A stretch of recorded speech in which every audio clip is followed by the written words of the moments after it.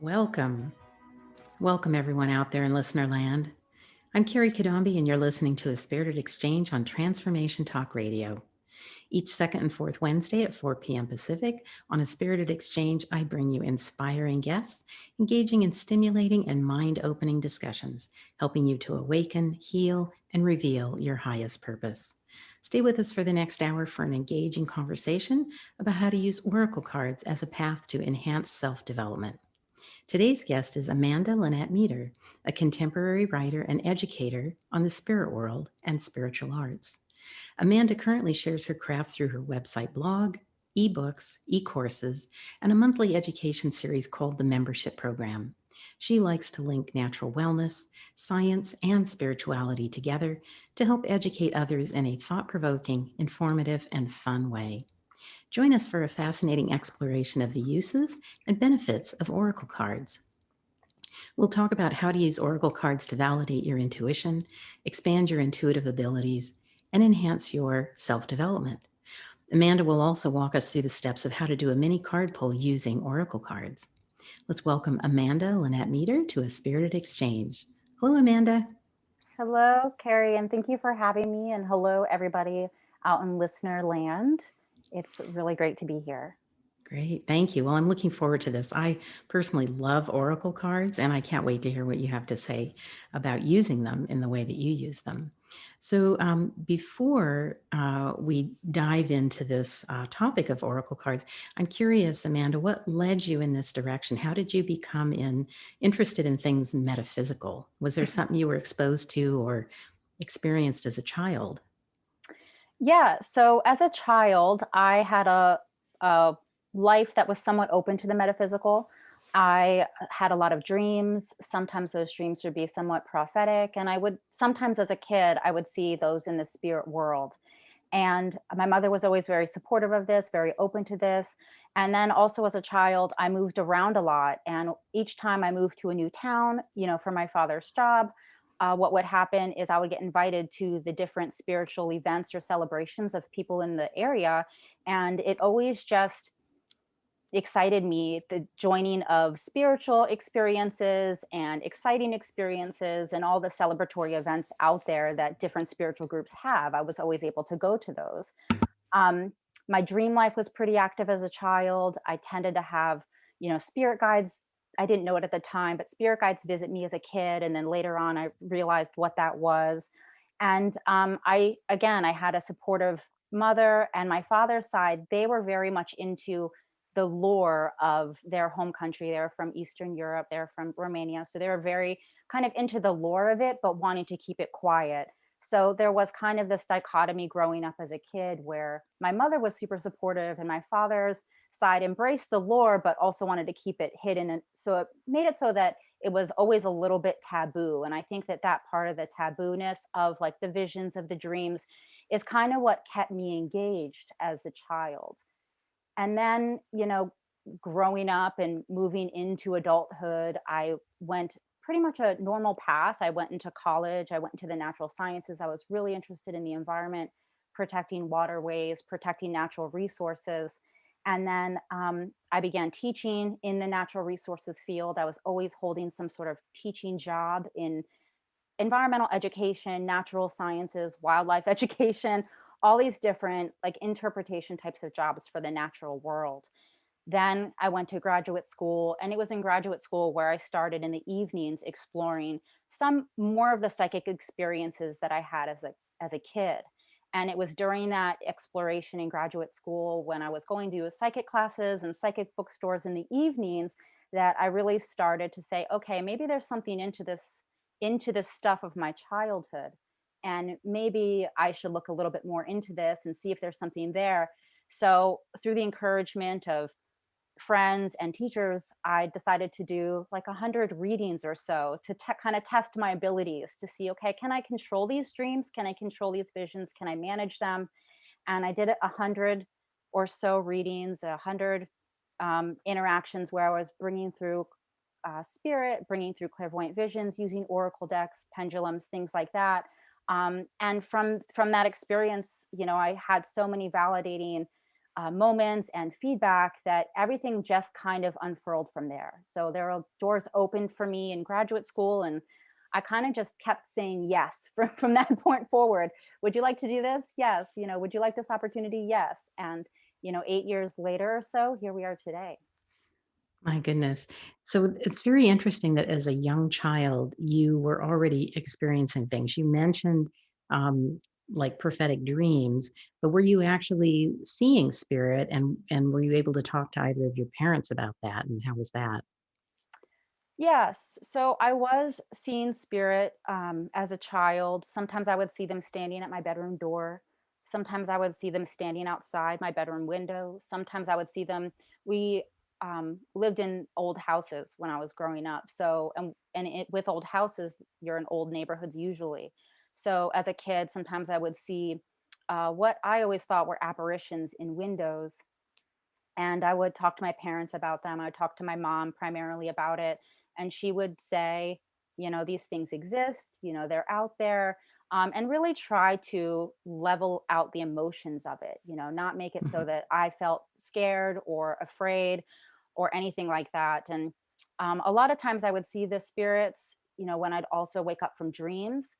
And when I was a little kid, I remember talking about these, like, waking up from the dream, seeing a spirit as dreaming while you were awake, is how I would describe it. I feel like I'm dreaming while I'm awake. I would see holographic things like the way you do when you're dreaming, but with my eyes open. And they were more just curious, more don't talk about it at school, but these things exist. And it was really kind of left at the door from there. Like, these things exist, they're real, and it really didn't get into talking about too much about interacting with the spirits or engaging with them or asking them any type of question or anything Mhm. like that Mhm. until I was probably 27 or 28.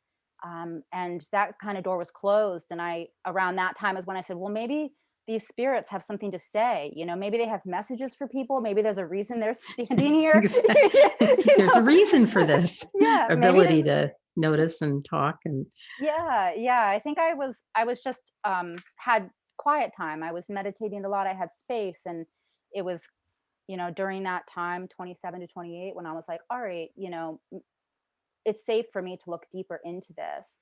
And my mother was one of the ones that first was like, yes, yeah, yes, this is exciting.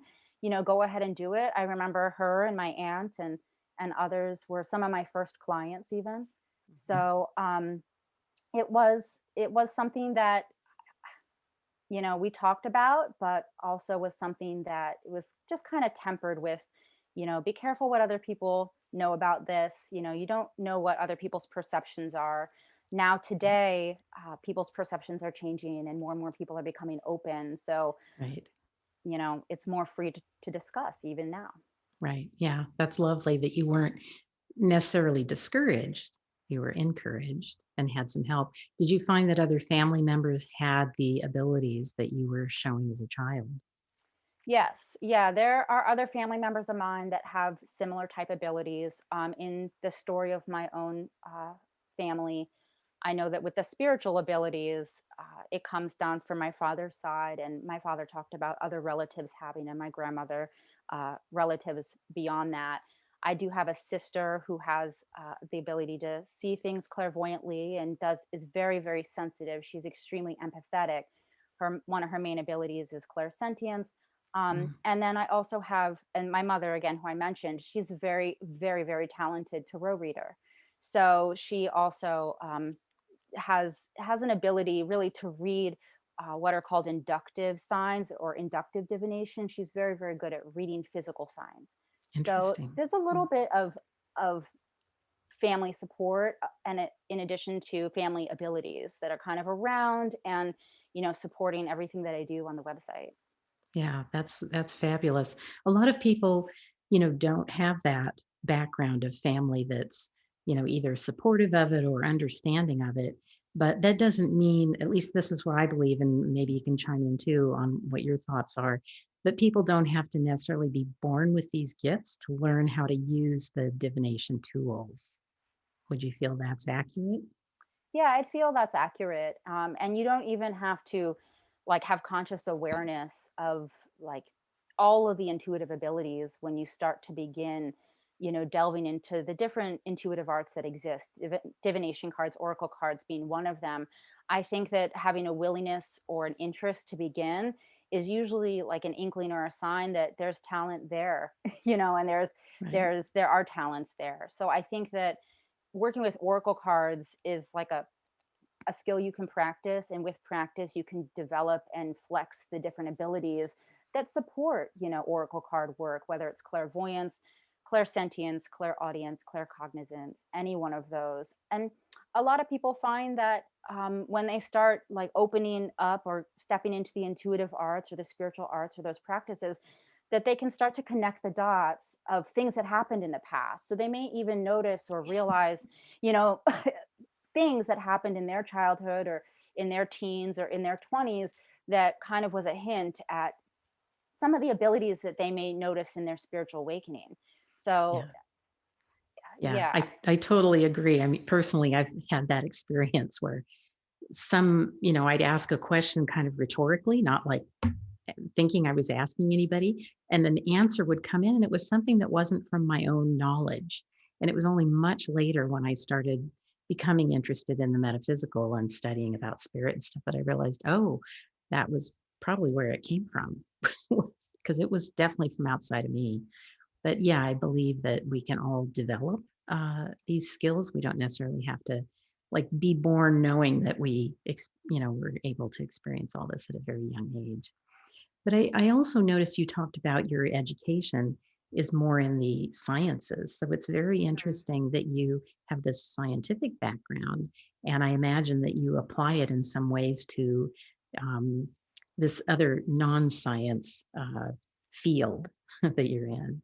Yeah, yeah. The scientific background, which I love the sciences, all of them, particularly the natural sciences and the biological sciences. But one of the ways that you can use the science background to apply it to the intuitive world, I feel, is getting validation and proof. Keeping a log, is one of the things I learned from the sciences. Like just keeping a record or a log of the different experiences that you have can be really helpful with getting proof, getting validation, and from there, gaining confidence that your psychic abilities do work, your intuitive abilities do work. You can trust your intuitions, you can trust your hunches. So I think that the scientific background really helped with record keeping, and from the record keeping, you start to trust yourself more. And then when you start to Yeah. trust yourself more, you can then develop more and more of the different like spiritual skills that are out there. Mhm. Yeah, that's beautiful. I love that. So we're going to be talking a little more about like oracle cards. I don't know if you want to talk about how you first began using an oracle card or how you first found a deck. Yeah. So with oracle cards are one of my personal hobbies. I really like collecting them. I really like collecting the different divination decks and learning about all the different kinds out there, which we'll talk about more later. My first deck came from a bookstore in Atlanta, Georgia called I think it's called the Phoenix and Dragon, or the Phoenix and Dragon bookstore in Atlanta. And it was actually a goddess oracle card deck. And I still have one of the main cards right in my desk drawer that helps keep me motivated and helps keep me going. So I still have a few of the pieces from that first deck in and around for inspiration. But yeah, my first deck came from down south in Atlanta, and Mhm. it was just such a cool bookstore. And it brought me all these other decks that I now have in my collection. Yeah, it's they're fabulous. We can go into a little more detail on all those decks, but yeah, metaphysical bookstores are a great place to find them, and of course, there's other places too, and even just online. And there's lots of different types of decks. But we're going to take a short break. And I want to let people know that we'll be coming right back. You're listening to A Spirited Exchange with me, host Kerry Cadambi, and today's guest, Amanda Linette-Meder. And when we return, we'll dive into what exactly Oracle cards are and how they can help you and how you can use them. So stay tuned. We'll be right back.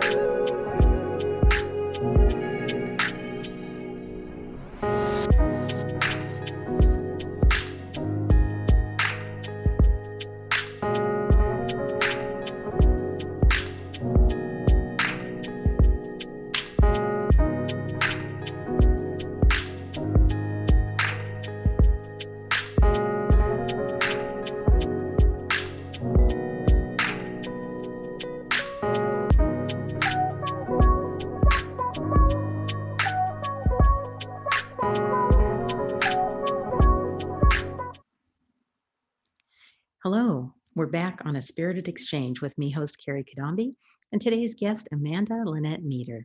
And in this episode of Spirit Speaks, we're talking about using oracle cards as a way to validate your intuition, expand intuitive abilities, and enhance your self development. But before we dive into the juicy details of how to use oracle cards, I want to make sure that our listeners know how to contact you, Amanda. Could you please give us your contact information? And I think you have an offering as well. Yeah, I do. Thank you, Carrie. And if you would like to visit me or learn more from me or get in touch with me off of this show, please find me at www.amanda.meter.com. At the website, you can scroll to the footer, grab an opt-in there. I have a free gift for everybody listening today. It is a higher self welcome meditation and transcript. The meditation is designed to call in your higher self, your soul self, your spirit. It's a great one to do before using oracle cards or calling in spirit or calling in any intuitive reading that you're going to be doing or any intuitive card pulling, which we'll be talking about how to do later. That's great. Thank you, Amanda. Yes, meditations are a super way to get yourself all ready to do any kind of communication with spirit. So that's beautiful. Thank you. So it's possible that some of our listeners today may not be familiar with what oracle cards are. So we are going to start talking about that. And uh, I think that most people have heard about tarot cards. So, Amanda, I was wondering if you can shed some light on what the difference is between tarot cards and oracle cards. And then also, I know before we jump into that, you were asking in our little in between time about how I found my first oracle deck. And I would have to say that starting in when I was a teenager, I actually had an experience of a tarot reading. And then some years later, became interested in an oracle deck. And I ended up going to a metaphysical bookstore. We have one in Portland, Oregon called the New Renaissance Bookstore, which is fabulous.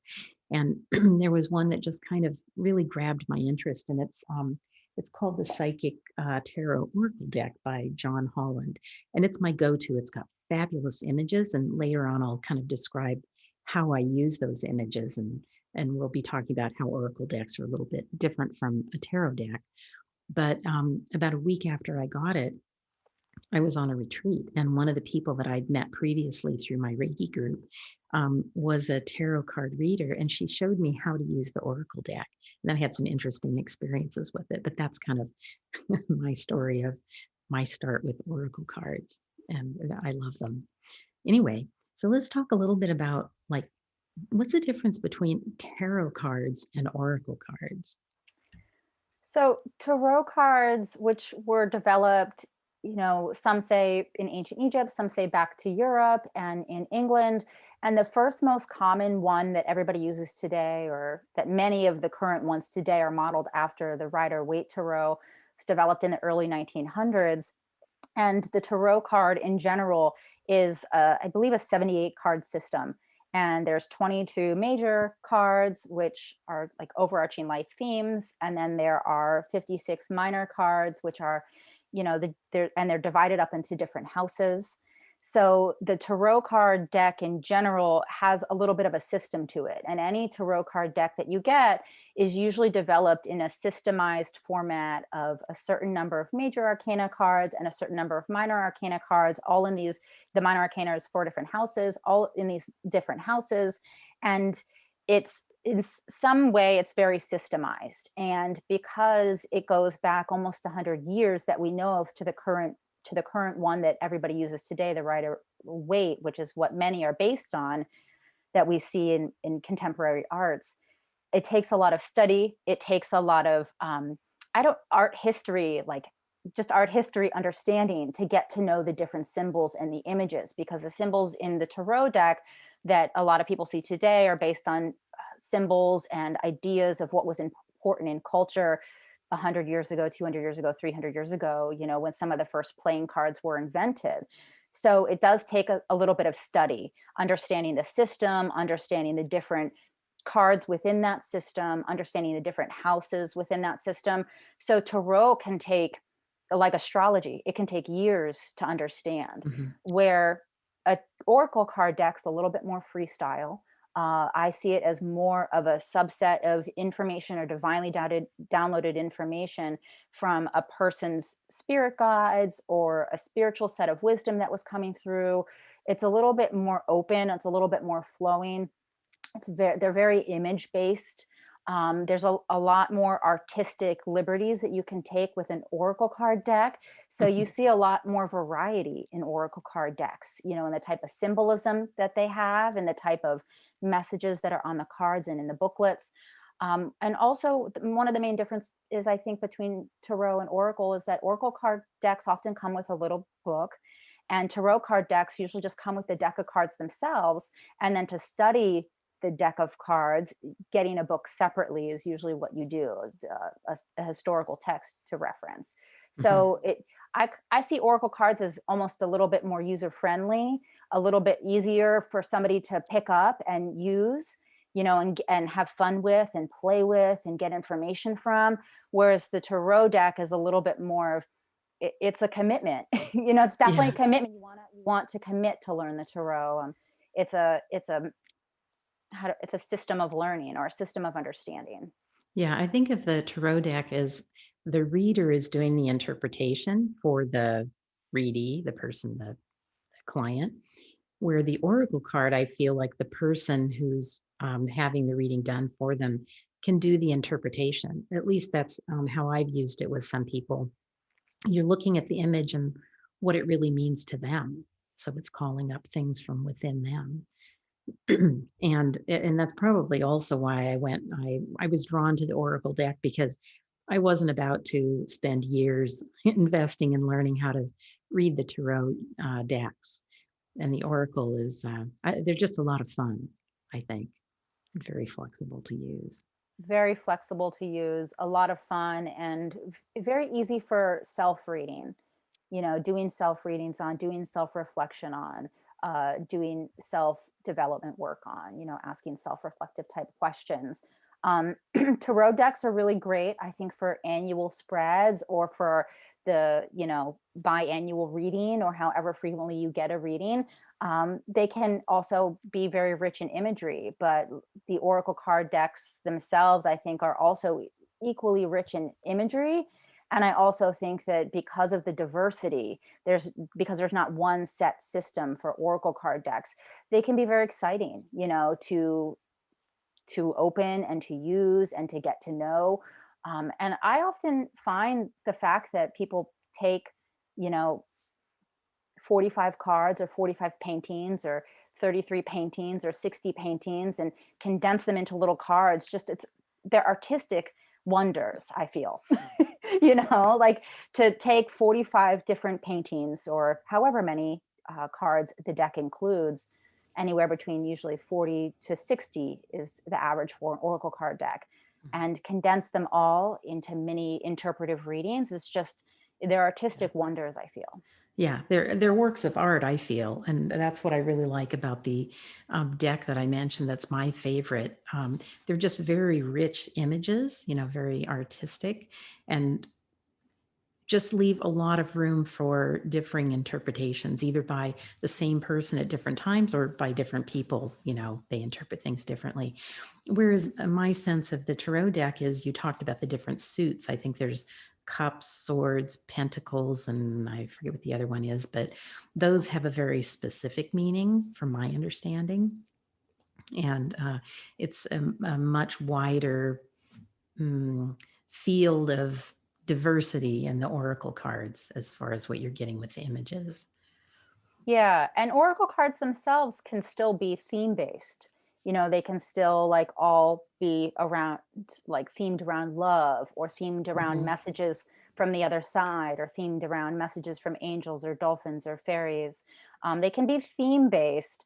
So I also think that you can pick them out and kind of use an oracle card deck if you're specifically working on something. Mhm. Yeah, I pulled out some I have one that's power animal oracle cards, and another one that is the Akashic Tarot oracle cards. And then of course there's like angel cards. I don't know if that's really a uh, oracle cards, but they're like little messages that you can, you know, pick. But I feel like sometimes, and let's talk maybe a little bit about what the benefits of using an oracle deck are. I know for me that I'll often, if I just want a quick, like, what is my focus this week, or what message does spirit want me to know about this event that's happening, and I'll pull a card, and it'll often be kind of um, uh, what's the word I want? Um, it tells me that what I was intuiting is right on. It's a feedback of maybe what I'm already receiving. Yeah, yeah, oracle cards can be great physical signs or physical tools that will provide like material feedback for what you're receiving intuitively or spiritually or from your higher self. So they can be great tools to kind of check your intuition, or also to kind of give you like the double cross, you know that you're kind of right on the mark. They work, via the law of attraction. So I often find that they can be great tools for repivoting your energy, like if you need to, if you need to shift your energy one way or the other. They can be, kind of give you an idea of where your energy is. So if you kind of need a quick energy reading and you pull an oracle card, depending on what you pull, you can kind of get an idea of kind of where you are. So if you need to rebalance emotionally or spiritually, I think that they can be great tools for that. um, I think other benefits are that they enhance your clairvoyance, and they enhance your ability to see things in a visionary or like metaphorical sight. You can use the images on the card to really kind of gaze off or meditate upon, and then see what else comes in meditation or in your third eye, after using the card to meditate on. So they can be like meditation jump off points where you can meditate on the image and see what more you can create. I like that. Yeah, that's a really beautiful idea. Personally, I haven't tried that, but I'm going to now. it's, it's great. Um, yeah. So what else about so we talked a little bit about where you can find Oracle decks.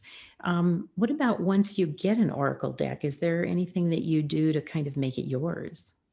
Oh, yeah. So typically, when I get an Oracle card deck, I like to lay out all the cards in front of me on the ground.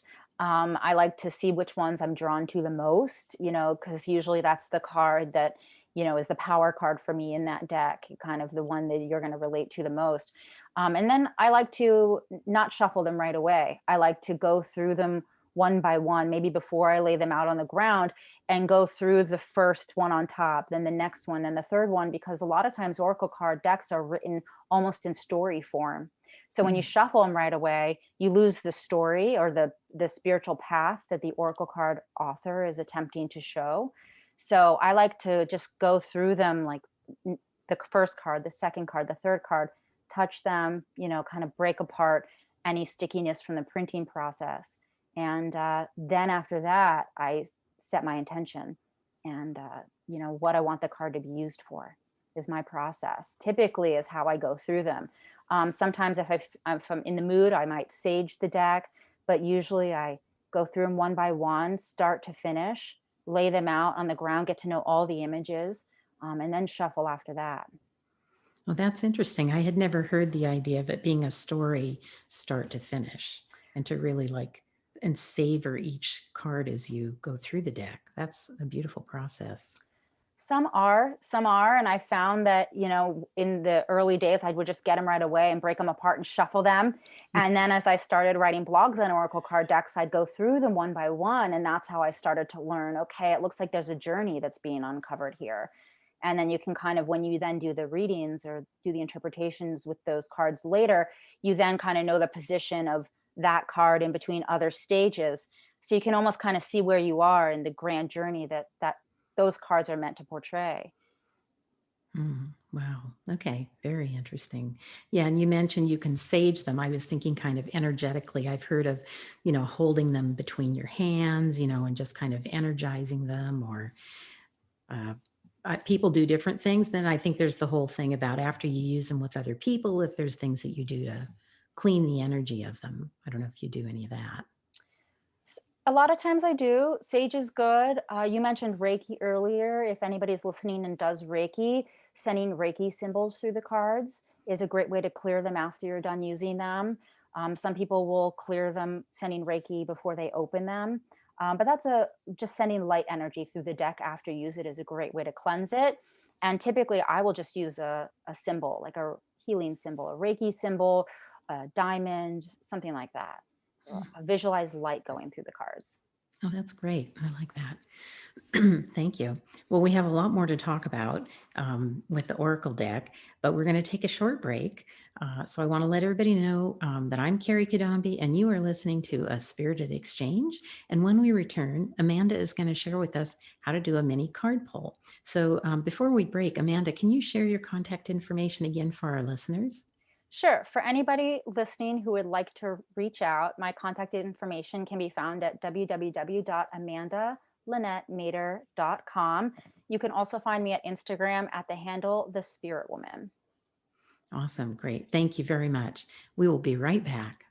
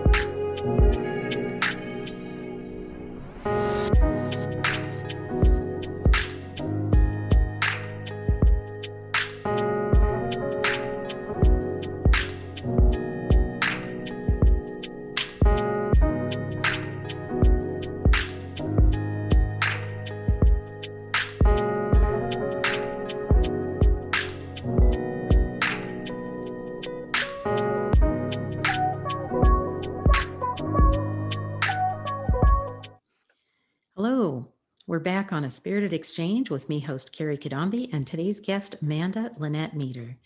In this episode of Spirit Speaks, we're talking about using oracle cards as a way to validate your intuition, expand your intuitive abilities, and enhance your self-development. Before we dive into the remainder of the episode, I want to let you know how you can reach me.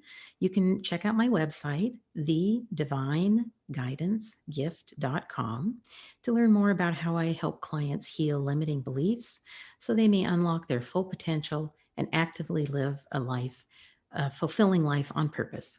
You can sign up to work with me online in private sessions or in a group program. So let's get back to talking about Oracle cards. And Amanda, you're going to share with us how to do a mini card pull. So I think the first reason that many turn to divination tools is to get answers. And sometimes they expect it to tell their future.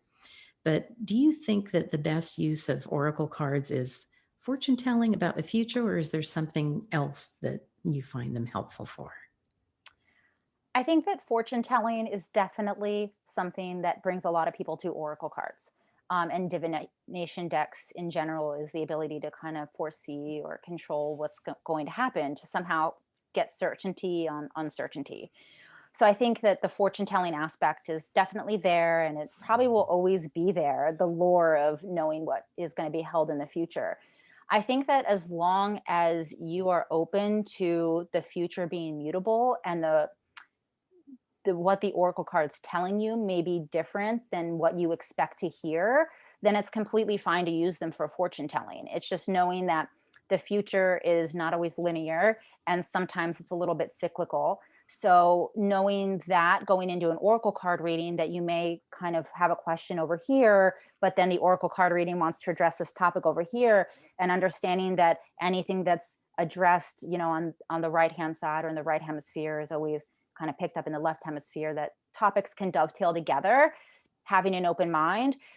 That'll help you use oracle cards, with a little bit more lightness in your heart, a little bit more joy, and a little bit more like, I guess, a willingness to be surprised or willingness to hear the unexpected, even if you're doing, whether you're getting a reading from somebody else or for yourself. I think it's important to allow yourself to be surprised, especially with oracle cards, because even when I've done mini pulls myself, there have been times where I expect the cards to say one thing and then they say something completely different. So knowing that, if you're looking for an outside opinion, even from a deck of cards, that the future is, is mutable, and that it sometimes looks different, from other perspectives, and knowing that you're going to a card deck to hear that other perspective, being open to it, I think is helpful. Yeah, absolutely. To go into any of this being open and curious. And I think anytime that we're working with spirit, they often can see a higher perspective than we can. And so to be open to that, because they really do have our backs and want the best for us. And so, like a loving, doting parent, they want to give us what's best for us. Um, yeah. So do you want to dive into how listeners can use an Oracle card deck? And you talked about earlier about self-development. So how can we use the Oracle deck doing a mini card pull for self-development? Sure. So one of the things I recommend is, if you are, new to oracle cards, you can use a digital card reader. Colette, I think Baron Reed has a really nice one. I think Diana Cooper has a really nice one. You can also use a physical card deck. I suggest using a card deck that the images are really just enchant you, that you just feel drawn to the imagery. When you feel drawn to the imagery, you can usually connect with the symbolism of those images a little more, and you'll get a better reading. So when you're doing an oracle card deck reading, you want to choose a deck. I have one here that I'm showing on the screen called the Energy Oracle Cards by Sandra Ann Taylor. You want to choose one deck that works for you, a digital one or a physical one that the imagery you connect with. Then going to the deck, with a question or an intention, something you want to know. A lot of times we go to the divine, to spirit, to oracle cards, to a lot of divination practices with an area where we feel stuck, whichever one that is: home, family, career, money, purpose, health, whichever area that is. And I like to go to the oracle card decks to ask, what can I do to move closer to joy? What can I do to move closer to love? What can I do to move closer to abundance? Because any area that you feel stuck, you really want to be feeling abundance, joy, bliss, however that other area shakes out. You really are looking for a feeling or an experience that's positive. So I like to go to the oracle card decks, like, how can I feel a positive emotion in this area? So starting with a question or an intention, one thing you want to know. Then you Mm. want to open your card deck, and if you have a digital reader, you want to kind of decide which card deck you want to use. And you want to choose between 1 and 3 cards. You can choose 2 cards. But 1 and 3 cards is 1 or 3 cards is a pretty common ratio. One card is a 1 card reading or card pull is a great way to start a day. It's a great way to start a business meeting, before you hop on a Zoom call, to set an intention. It's a great way to start getting ready for an event or anything where you kind of want to have all the guidance at your fingertips to do your best. So for a 1 card reading, what you want to do is try to center your emotions, ground by placing your feet flat on the floor or just stepping out in nature for a few minutes if you possibly can. Then you want to shuffle your cards, take them out of the box if you have a physical box, shuffle your cards. And I like to take 3 deep breaths as I'm shuffling. Any way you want to shuffle your cards that you can. Some people like to spread them out on a table. Some people like to shuffle them like poker cards, bending them, on either side. Some people like to put them in one hand and then shuffle with the other. You take 3 deep breaths. And I usually say, wait until you hear the word stop, or you feel, you know, clairsentiently. You just feel it's time to stop. It's time to stop. And then that's when you want to pull your card. When you're shuffling, you may also want to say your question again or your intention. Move closer to joy, or move closer to bliss in this area, whichever area or topic you're focusing on. And then you pull your card. You gaze upon the image, whatever the image is that comes forward. I like to pull right from the top of the deck. Some people like to pull from the bottom of the deck. I'm holding a card up that says appreciation, which is a woman with a rose bush there. For a 1-card reading, I recommend pulling from the top of the deck, whichever card you have, gazing at the image, seeing what you notice, what you feel at the image as your answer, and then looking at the book for extra guidance if you need it. The book is really there to expand upon anything you're already getting. So I like to use it almost as a backup. Also, I like to let your intuition work with the card or work with the interpretation first, and then going to the book can help give you some validation. You may already be receiving what the book says. So the book can be a great way to double check the interpretation that you get from the card itself. Mm-hmm. So there's a mini pull with a 1-card reading. That's basically how you do it. Then when you pull your card, what I like to do is if you're working from home or you are going to be staying in the areas, I like to put the card up somewhere where I'm going to be able to gaze upon it or look at it for the rest of the day, just so that I can hold that intent, hold that image, hold that answer there for me to go back to. Yeah, that's beautiful. I like the pulling 1 card is, like you said, very helpful for beginning of the day. I actually did a 1-card pull before starting the show today. And it was interesting. I used the time to look at the image and kind of interpret what it meant to me before going and reading what the book had to say about it. But I know I've experienced different ways of doing the pull. And I do like the idea of, you mentioned shuffling until you kind of either sense or hear like stop. And I know for me, I tend to sense things. But sometimes when I've done pulls, I've done different ways where I drop the deck into 3 stacks, and then I might pull a card off the top of it. That's one way. Other ways, I literally just fan the cards out, and then intuitively, whatever card like draws my attention, I'll pull that. Or sometimes I may hold the deck in my hand and kind of feel through it and pull the card that draws my attention. Those are different ways that I've used it, and then they work. Both of those are great ways to do it, and especially with the dropping the 3 piles. I've seen that in historical directions on how to use oracle card decks. So directions going back like 80 years or so to put them in the 3 piles. The fanning one too is also a great way to do it, and it's, that's the way I do it if I'm asking somebody else to pull a card, is I will fan it and just say, choose which one comes forward. It's a great way to do it, especially if you're working with a oracle card deck that's a little bit larger and you have more petite hands. Fanning it out on a desk is a way that you can ensure that the cards don't accidentally drop or fumble, and you can make sure that you're getting really the cards that are meant to come out. Mm-hmm. Right. So you mentioned 1-card reading. Do you want to talk at all about if you do a 3-card pull? 3-card readings are great. I do them for a couple of reasons. Start of the week. You can do almost a forecast, and this is for the people who like future readings. You can do a beginning of the week card, or beginning of the week focus, midweek focus, end of week focus. Typically with 3-card readings, when you pull 3 cards, it's the same way as a 1-card reading. You take your decks out, or you take your 1 deck out, you have a question or intention, and then you ask to pull 3 cards. And you wait until you hear stop, or you wait until you sense that it's time to stop, or that the cards are ready. Typically people will get a sense that it's time and the cards are ready. You can pull 3 right off the top. Some people like to pull 1, shuffle again, pull another, shuffle again, pull another, shuffle again. And typically you read the cards from left to right, and the left is the past, the middle is the present, and the third one is the future. You can also do a 3 card reading, and this is one of the ways I use it a lot, is if you're trying to heal an issue or you're trying to get over an obstacle, whether it's an actual obstacle or a mental obstacle or emotional obstacle, or you're trying to move beyond something.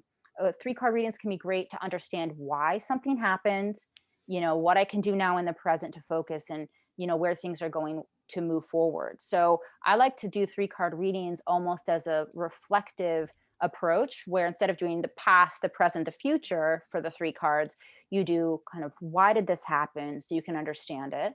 What can I focus on in the present to bring joy, and then where is this going in the future, to bring comfort, or to kind of get that foresight that we're often looking for in a card reading, to the answer that it's going to be okay, and then this is the way that it's going to be okay. So a 3 card reading, you would just shuffle, same as the 1 card reading, clear your emotions, clear your energy. um, just going outside and listening to the birds sing is a great way to clear your energy. And for the past card, all the way to the left, it can be, what do I need to do to heal? And then for a middle card, it can be, what do I need to know about the current present moment situation? And then for a final card, it can be, where is this going, or what can I focus on in the present? I know that there are a lot of different ways to do them, the 3 card readings, but my favorite is, why did this happen? What can I do, in the present to move closer to joy? And then where is this going in the future? Or a forecast type of reading.